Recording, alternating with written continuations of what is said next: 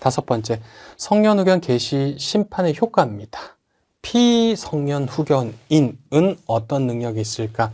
자, 첫 번째, 재산에 관한 행위 능력입니다. 피성년 후견인은 성년 후견 개시의 심판이 확정되면 행위 능력이 제한됩니다. 그래서 제한 능력자라고 해요. 예전에는 제한 능력자를 행위 무능력자라고도 얘기를 했었죠. 자, 피성년 후견인은 원칙적으로 혼자서 확정적으로 유효한 법률 얘기를 할 수 없고요. 법정 대리권을 가진 성년 후견인의 대리 행위를 통해 유효한 법률 행위를 할 수 있을 뿐입니다. 그래서 피성년 후견인, 아까 봤었던 사건 본인이죠.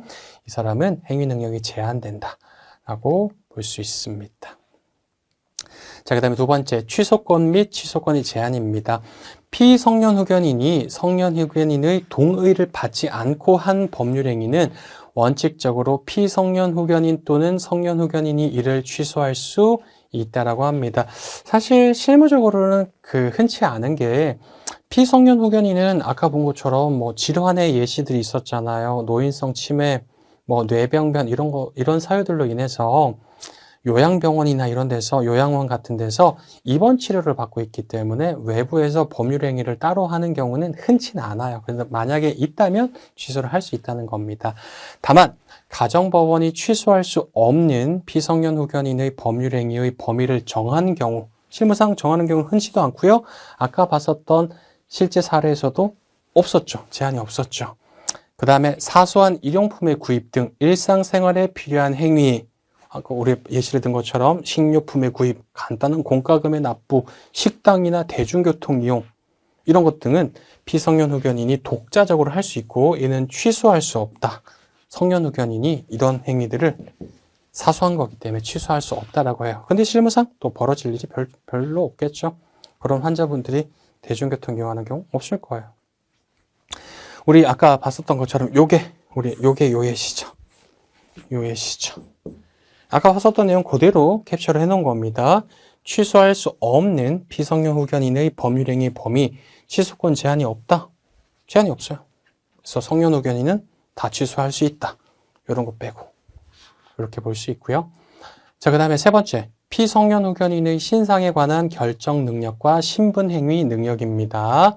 피성년 후견인은 자신의 신상에 관하여 그의 상태가 허락하는 범위 내에서 단독으로 결정할 수 있어요.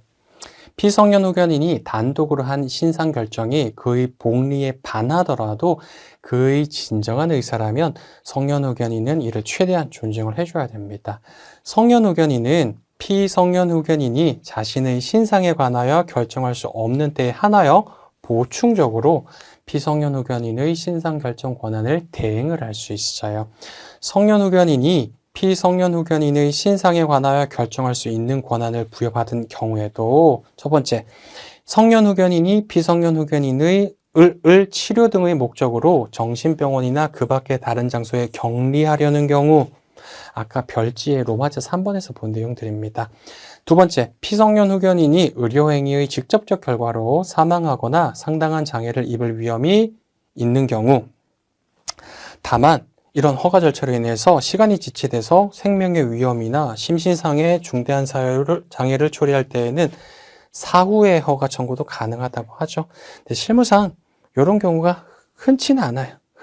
있긴 있겠죠. 세 번째가 가장 흔한 케이스입니다. 성년 후견인이 피성년 후견인을 대리하여 피성년 후견인이 거주하고 주민등록을 한 우리 건물, 부동산 또는 그 대지에 대하여 매도, 팔거나 임대, 전세권 설정, 빌려주거나 저당권, 근저당권을 설정, 담보대출을 받는 거죠.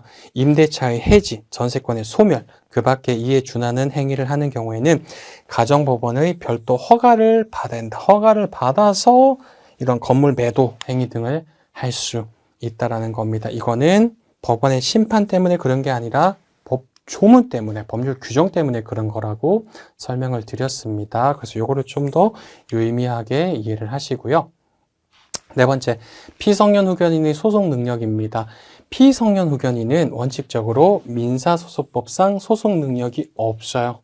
그래서 법정 대리인인 성년후견인의 대리에 의해서 소송행위를 할 수 있습니다.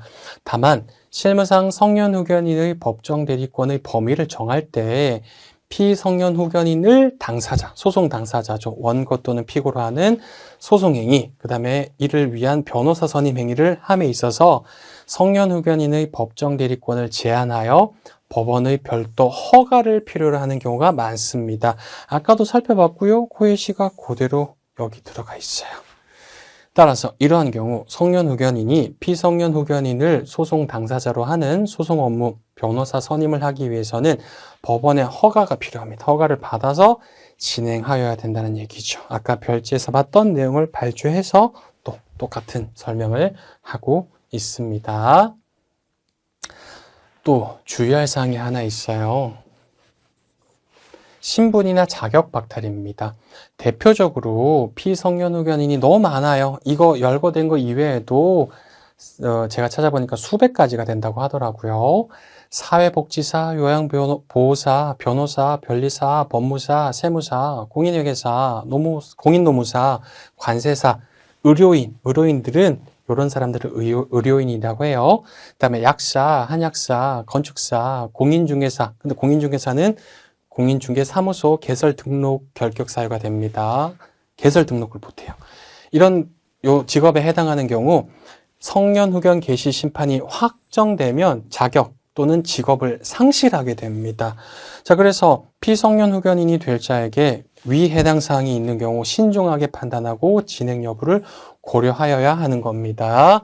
자, 그래서 주의사항을 한 번 더 강조를 해드렸어요. 피성년후견인이 될 자가, 즉 사건 본인이 자격 또는 직업이 있는 경우 각 자격사의 근거법령 수백 가지라고요. 반드시 좀 사전에 확인할 필요성이 있다고 합니다. 예를 들어 변호사법, 변리사법, 법무사법, 세무사법 이런 데다가 다 규정을 두고 있어요. 피성년후견인은 변호사가 될 수 없다. 변리사가 될 수 없다. 법무사가 될 수 없다. 세무사가 될 수 없다. 관세사가 될 수 없다. 약사가 될 수 없다. 약사법에도 규정이 있고요. 그래서 피성년후견인이 될 자가, 사건 본인이 될 자가 이러한 일정한 자격사에 있는 경우 그 근거법령을 한번 검색을 해보시는 겁니다. 근거법령 대부분 앞쪽에 나열을 하고 있습니다. 결격서라고 나열을 하고 있고요. 거기에 해당된다면 성년후견 개시 심판이 확정되면 그 자격이나 신분을 직업을 상실할 수 있기 때문에 이것도 좀 체크해야 되는 포인트라고 얘기를 할 수 있어요.